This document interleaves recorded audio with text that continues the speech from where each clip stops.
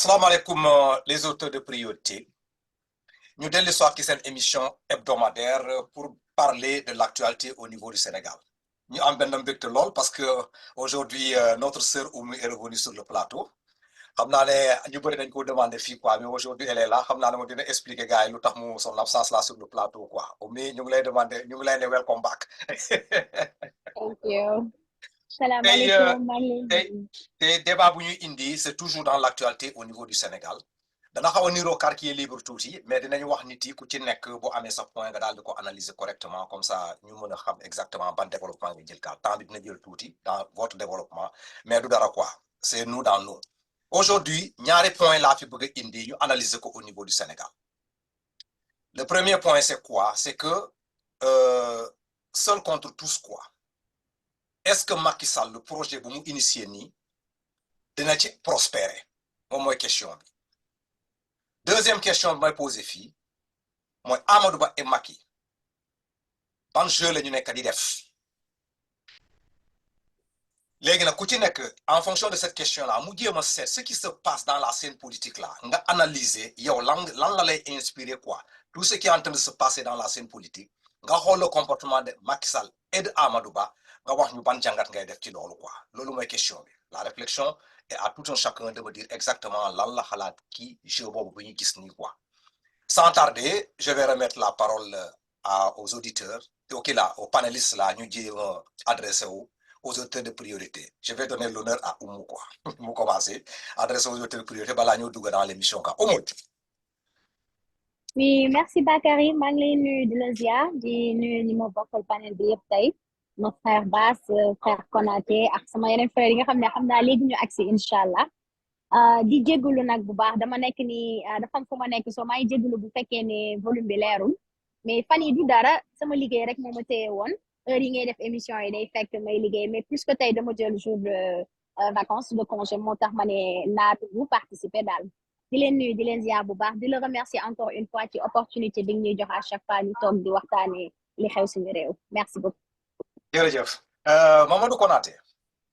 waaw Bakary maa ngi lay nuyu mais d'abord un très grand plaisir de retrouver Oumoul parce que namoon nañ la trop ah ni ko gars yi di wax Oumoul namoon nañ la comme ni ko gars yi di waxee ci yooyu Sonko bi ah paradoxalement maa ngi koy nettali Babacar sax j'ai rencontré un jeune dans la manifestation hier et effectivement qui m'avait reconnu en disant mais yow dama la xam mais je ne sais pas où mais est-ce que tu ne fais pas l'émission prioritaire ma ne ko mais si mu ne ma nous du côté du Luxembourg on vous suit régulièrement et il m'a parlé de toi mu ne mais ñun gisuñu la fille là qui était parmi vous là Oumoul waaye ana moom ma ne ko mu def lu toll nii dimanche yi muy dawal affaire dafa xaw a bëri waaye nag bu amee tuuti jot rek daal di ñëw ce que je disais ça c'était samedi aujourd'hui c'était hier ren nga daal di fël la dañ naan sant yàlla rek merci beaucoup d'être revenu parce que franchement tu nous as beaucoup manqué franchement man wax dëgg yàlla tu étais la seule fille de l'émission tu étais notre mascotte daal comme dellu si nga alhamdulilah j'espère que tu continues à rester parmi nous merci beaucoup et puis voilà j'espère que l'émission se passe très très bien comme d'habitude ah maa ngi nuyu les auditeurs di nuyu ñëpp Bakary au passage grand Joe maa ngi lay nuyu j'espère que tout le monde se porte bien voilà. D'accord jërëjëf y a Pape Sarr qui vient de nous joindre ma jàll kii Jobas kaddu gango. asalaamaaleykum maa ngi nuyu ñëpp di nuyu auditeurs ak auditrices su priorité di nuyu Oumou mi nga xam ne dellu si na tey bon je pense que yàlla dinañu dimbali que lépp li ñuy wax fii mu amal ñëpp njëriñ bisimilah. D'accord Pape Sarr comme dugg si na Pape Sarr ma jox la kàddu nga nuyonte ak les auteurs de priorité. waaw maa ngi nuyu waa priorité yëpp di nuyu sama naataango yi ci plateau bi j'arrive à l'instant xamaguma ku fi nekk ku fi nekkul j'ai entendu parler de Bass. et Oumou ñëw na mu ngi fi. Oumou et kan moo fi nekkaat. voilà ñoo fi nekk Konaté. voilà maa ngi leen di ziar yéen ñëpp di la ziar yow Bakary di ñaan yàlla mu dimbali ñu ci plateau tey bi ba mu nekk plateau bu am njëriñ plateau bu am ñam incha allah rabbi yàlla dimbali ñu ba suñu auditeurs yi suñu auditrices yi jël ci njëriñ gën a mën a continuer di ñu suivre quoi. d'accord jërëjëf comme ni ma leen ko waxee thème bi aujourd'hui bi ñu indi ci plateau bi ñaari point la le premier point nag nii laa ko intitulé Seul contre tous, est-ce que Macky Sall va prospérer dans son projet? Voilà, deuxième question, moi, le jeu, comment dirais-je là, Macky et Amadou Ba, ban jeu la ñu nekk di jouer. Moi, les deux questions bu ñu fi teg quoi. Boo gisee ma ne seul contre tous, est-ce que Macky va prospérer? Dama ko teg ci benn contexte bu leer. Boo xoolee ce qui se passe, les ajustements là qui se passent au sein du Sénégal, même en question, dans le Benno Bokk Yakaar, des gens qui sont en train de prendre des distances par rapport à cette décision du président de la République. Nga jóge foofu nga dem au niveau international nga gis le comportement de la CEDEAO ni ñu ko commencé ak fu ñu teeree nga gis l'Union européenne là nga xool au niveau des États-Unis après yooyu yëpp yi ngay dégg finalement je dis que dafa mel ni waa ji il est seul dans ce combat là bu mu nekk di mener loolu tax na moom moo indi cette question là bi may poser seul contre tous est-ce qu'il pourra prospérer dans li mu nekk di def léegi les auteurs de priorité yow ñu nekk fii ci plateau bi da ngeen di analyser cette situation ngeen wax ma exactement naka la situation bi demee léegi li may def mooy d'abord balaa ñoo commencer je vais essayer de donner un élément boo xamee ne kii na la tuddati la un membre de la CEDEAO un président boo xam mu ngi ci CEDEAO moom moo tenir langage boobu nag langage boobu la ñuy jël ñu gën a avancer quoi xam naa ne am na yeneen yu bëri yoo xam mën naa ko mais élément boobu rek laay jël quoi da ngeen may baal tuuti ma teg élément boobu ñun ñëpp ñu déglu ko après ñu commencer di def analyse par rapport à la question bi ma posée au départ concernant le projet de Macky Sall. Patrice Talon, le président du Bénin, a tenu un discours hier au cours duquel il s'est adressé au Sénégal, mais surtout à Macky Sall. Il a exprimé de manière assez cash, ce qui est très rare dans notre univers ici en Afrique, sa désapprobation de ce qui se passe au Sénégal. Il a même d'ailleurs demandé s'il ne fallait pas sanctionner Macky Sall pour ce qu'il vient de faire. Écoutez vous-même l'extrait, ça prend un peu de temps, mais allez jusqu'au bout. Vous allez comprendre toute sa logique et pourquoi c'est pas si simple que ça de sanctionner un président en exercice. On ne peut pas évoquer ça sans parler du Sénégal. On observe aujourd'hui que le Sénégal aussi est en difficulté. Et ce qu'on observe au Sénégal qui est regrettable est de nature aujourd'hui à nous interpeller sur le rôle des communautés auxquelles nous appartenons.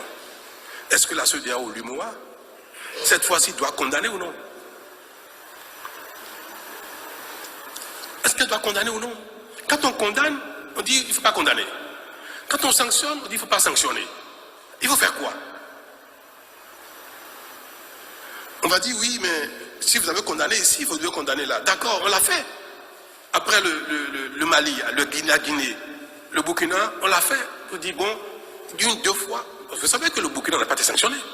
Mais le Niger, oui, parce qu'on a dit, à un moment donné, trop c'est trop. Ce trop c'est trop là continue. Il y a encore un trop qui vient dessus. Il faut faire quoi? Est-ce que la CEDEAO doit condamner? Dire non, c'est pas admissible. Non, revenir en arrière. Non, si c'est pas fait, voilà les sanctions. On va dire, mais il n'est pas vu ce qui passe au Niger. On l'a fait au Niger. Voilà là où c'est en train de nous amener. Donc, moi, je suis perdu un peu. Je suis perdu. Mais qu'est-ce qu'il faut faire? Si on regarde ce qui s'est passé dans les 4 pays et ce que nous avons pris comme décision, ce que ça a donné, qu'est-ce que nous devons faire aujourd'hui si demain quelque chose se passe encore dans un autre pays comme le Bénin? Ça se passe en Côte d'Ivoire, au Togo, en Guinée-Bissau, on fait quoi? Mais si on dit non, il faut qu'on doit être garant. Mais être garant, c'est veiller à ce que ça ne se passe pas. Que si ça se passe, il faut sanctionner. Il faut contraindre à revenir à l'état, ça veut dire être garant. Mais il est venu sur le cas du Sénégal, et vous l'avez vous-même entendu, de manière très claire, il reconnaît que ce que le président sénégalais a fait n'est pas bien. Il reconnaît que ce que le président sénégalais a fait est contre les intérêts du Sénégal. Et ce qui est surprenant, c'est qu'il a fait preuve d'assez d'humilité. Et c'est assez rare pour le signaler. Je n'ai de mémoire jamais entendu un président africain demander comme ça, de manière aussi simple, et à la limite même humble, des conseils. De dire qu'est-ce qu'on peut faire dans ce genre de cas. Quand on a quelqu'un comme Macky Sall au Sénégal qui modifie la Constitution alors même qu'il ne respecte pas les créneaux qui lui sont attribués, qu'est-ce qu'on peut faire? Et il pose la question. Et la question vous est posée à vous. Que pensez-vous qu'il faut faire? Voilà. Voilà la question qui nous est posée. Que pensez-vous qu'il faut faire par rapport à cette situation-là? Et notre extrait, un extrait parmi tant d'autres, ça peut justifier l'autre seul contre tous. Mais direct la vie, quoi? Jobas. Là, notre appréciation par rapport à ce qui est en train de se passer au pays sous la décision du président de la République, quoi. Projet pour nous initier. Bon, moi, je pense que la chose est très simple. La chose est très simple. Si on convoque la chronologie des choses, on sait très bien que Macky Sall bëggul dem même bu muy ne du ma def 3e mandat mais na ngeen ma koy ñaan ci njekk tu vois di nga xam ne kii bëggul dem am na syndrome le fait de tourner le dos au pouvoir le fait de partir loolu la bañ a dégg donc suy dem di def ay zigzag wax lii suba mu changé wax lële bon loolu warul bett kenn quoi donc benn waay nee na ce qui est un peu rigolo nee na Macky Sall c'est le genre de gosse entre guillemets boo xam ne soo leen abalee sa fookaay duñ la ko delloo jamais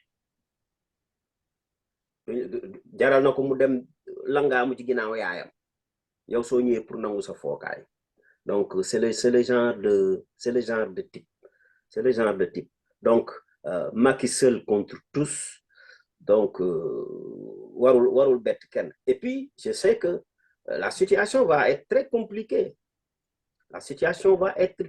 très compliquée parce que dafa defar ay ramifications moi j'étais tranquille mais au fur et à mesure yi avancé je commence damay commencer entre guillemets tiit parce que am na ay affaires yu muy nas ci olof buñ koy waxee ne yu muy nas ci olof parce que muy nas dugal na 3 officiers supérieurs ci affaire bi donc rien que pour se maintenir donc moo tax foofu laa commencé tiit quoi te xamul ne homme de tenue du mbokk gis nañ li xew fële Mauritanie gis nañ li xew Mali gis nañ li xew Niger ainsi de suite homme de tenue du mbokk donc moom il croit que ñii ñu ngi may déggal su ma leen ci dugalee après ils seront derrière moi soo defalee nag ñoom ñoo koy jàpp ñeef ko ci biir trou bi donc dañuy ñaan yàlla rek mu musal ñu quoi dañuy ñaan yàlla mu voilà. Ok Konaté. Oui. Situation Bangini, la question a été posée sur ce cas de figure, qu'est-ce qu'il faut faire quoi? Macky Sall contre tous, est-ce qu'il pourra prospérer? Ouais, non, gis nga Patrice Talon dafa yabaate. Patrice Talon il a commencé à dire que le Sénégal est en difficulté. Le Sénégal n'est pas en difficulté. Jusqu'au moment où Macky annonçait qu'il ferait le report des élections, le Sénégal n'était pas en difficulté. Ouais. Il était en difficulté de quoi? Macky est en difficulté, mais pas le Sénégal. Pourquoi décider d'une manière comme ça le jour où, à la veille du début de la campagne électorale, décider de faire le report des élections? Report des élections, pourquoi? Avec ce qu'il a annoncé. Lolo là le convaincre parce que lui a annoncé vous convaincre la communauté internationale ça. Nous attention. N'est-ce pas? Regardons, réfléchissons sur le pourquoi et le comment. Mais non, la communauté internationale quasiment dans son ensemble lui dit effectivement d'aller aux élections. Pas question de report. Report pourquoi? Non, c'est-à-dire que le chef d'État, c'est-à-dire que non seulement il se met en difficulté, mais il veut entraîner l'ensemble des Sénégalais en difficulté dans ces histoires-là. Ce qui se trouve complètement inadmissible. Ni les États-Unis, ni la CEDEAO, ni l'Union européenne, ni même effectivement ses collègues des autres pays africains qui ne sont même pas de la CEDEAO, n'est-ce pas, ne vont pas dans son sens. Donc, à un moment donné, il faut qu'il arrête un petit peu, effectivement, cette façon de gérer notre pays. Et le problème, c'est que le 2 mars n'est plus président. Qui va gérer le pays? Quand le 2 mars, il n'est plus président. Et le mandat du président s'arrête quand? Il ne s'arrête pas le 25 de ce mois? Ou bien, est-ce que je me trompe dedans? Le 2 avril. Le 2 avril. Après le 2 avril, il n'est plus président. Va-t-il faire quoi? Être le président des Sénégalais? Mais ça, c'est inadmissible. C'est inadmissible. Alors, on crée une loi à la va-vite, sans aucune réflexion d'ailleurs sur le fond, n'est-ce pas? On met tout le monde dans le même panier, et puis voilà. Tu sais, moi, je pense que Macky se comporte comme un opposant, en fait. Je te jure, hein? À mon avis, il se comporte comme un opposant. Opposant, ainsi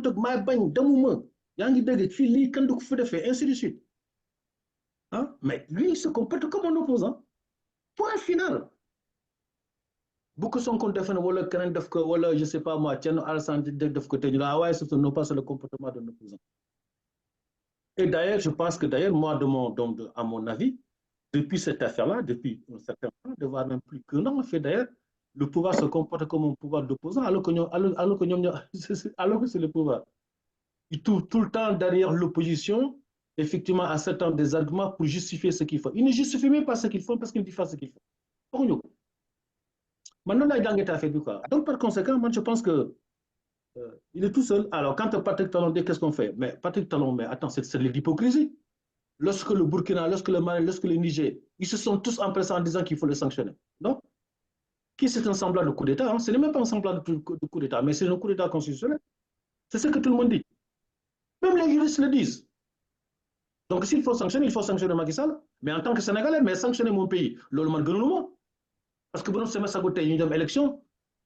Et le Sénégal continue toujours à être un modèle de pays démocratique, n'est-ce pas? Ouvert au dialogue. Mais oui, le Sénégal.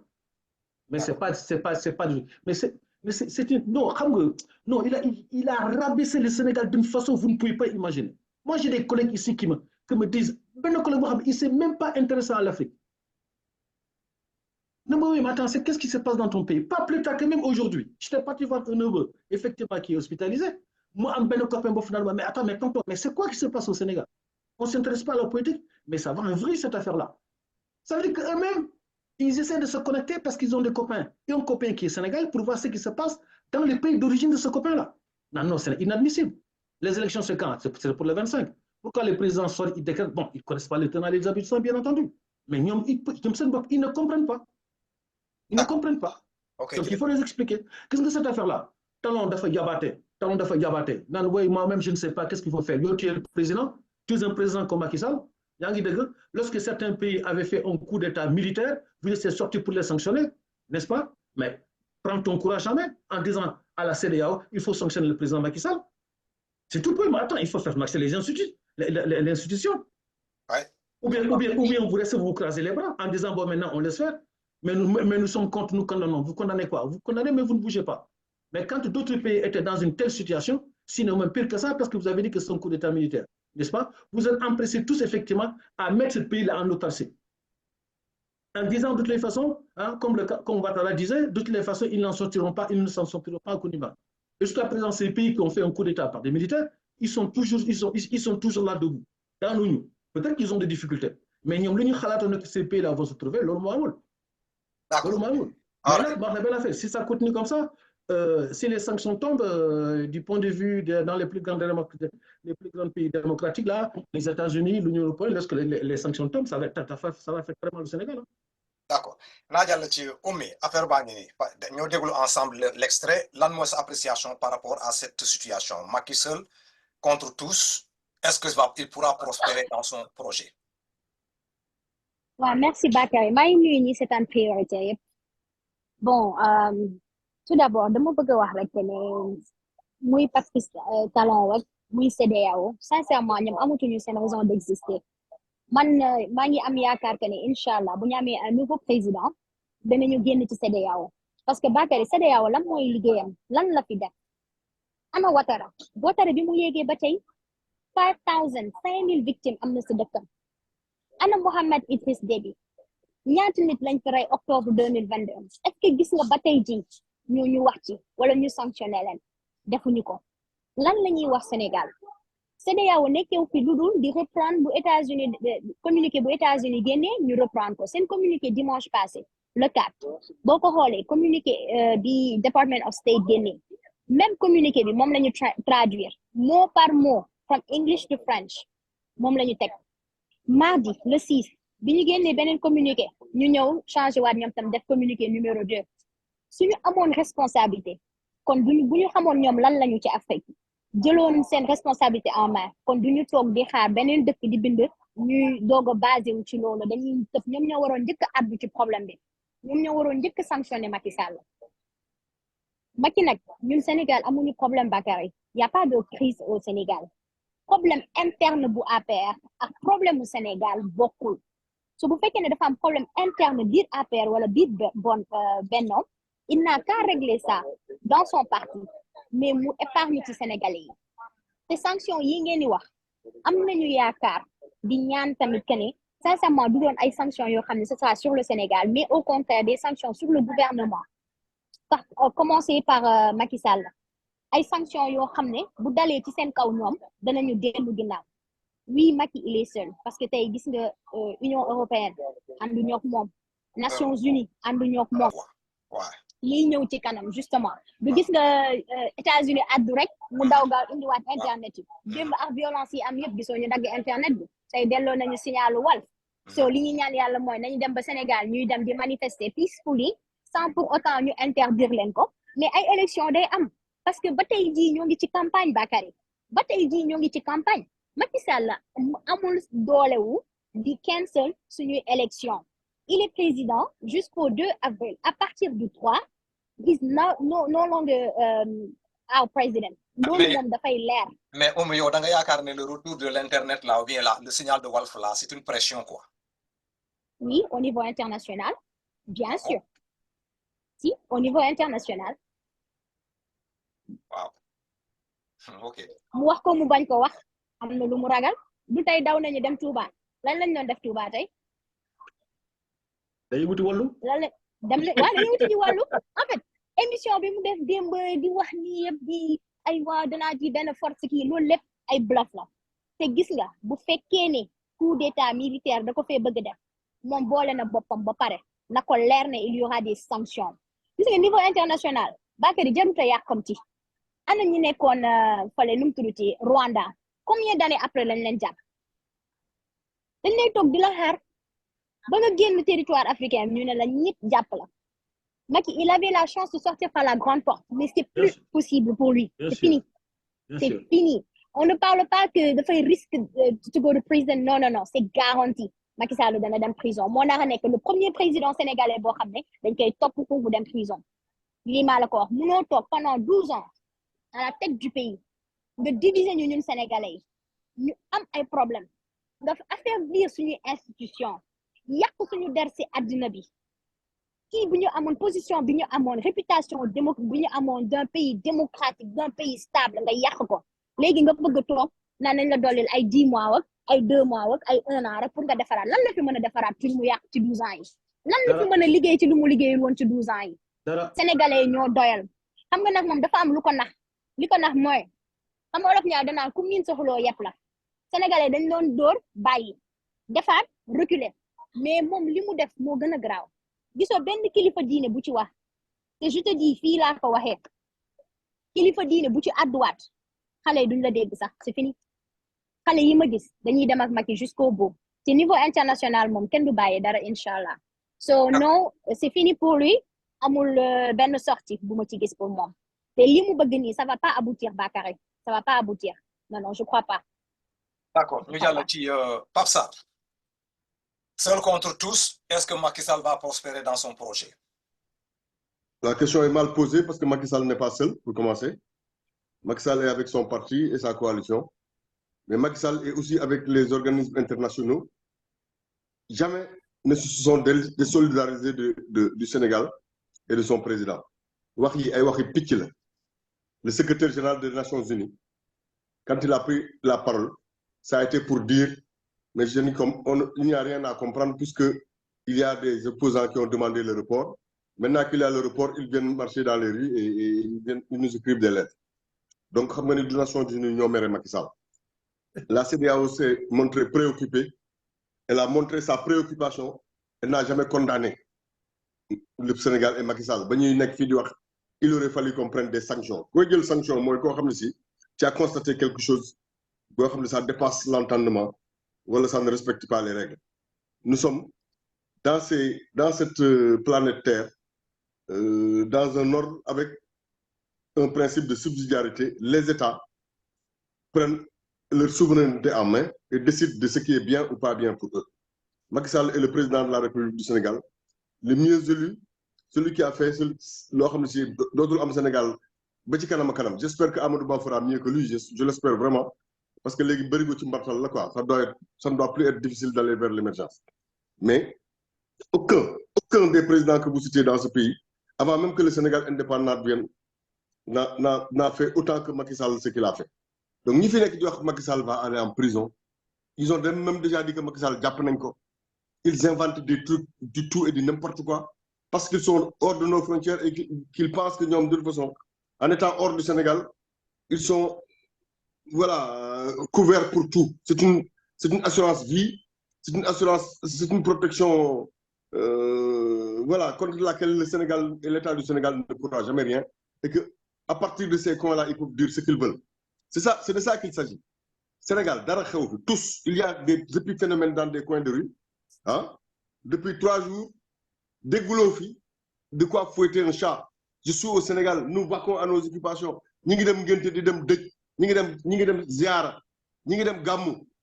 se passe pas de quoi fouetter un chat ici. Maintenant, qu'il y ait des sons collègues qui argumentent, qui continuent d'appeler dans les réseaux sociaux, d'appeler au massacre, qui se glorifient quand 2 ou 3 personnes à croisement 22 se mettent à casser le BRT ou le TR. Mais ça, on sait ce que c'est. Ça, c'est la mauvaise foi des gens de SOSTEF, surtout ceux qui sont dehors. Parce que ceux qui sont au Sénégal, on commence à les mater. On commence à comprendre leurs mensonges. On commence à comprendre leurs manipulations. Le relais est pris par les gens qui sont à l'extérieur et qui appellent à des marches où il n'y a personne. Ils avaient appelé à un vendredi noir, le vendredi n'a pas été noir. Quelques-uns l'ont appelé vendredi blanc, il n'a pas été blanc. Ça a été un vendredi comme tous les autres, à part que beaucoup d'écoles dans l'après-midi n'ont pas permis aux enfants d'aller à l'école. Beaucoup d'écoles. Et même pour ça, c'est une honte pour les syndicalistes qui ont appelé les écoles à fermer et qui ont appelé même à aller en grève, parce que le syndicalisme n'a rien à voir avec les choses politiques, les querelles politiques. Quand les syndicalistes de l'enseignement vont en grève, ils devraient le faire avec un contenu, un rapport strict avec l'école et pas seulement parce qu'il y a des velléités politiques ou parce qu'ils font partie d'un camp qui n'est pas d'accord avec la décision du président.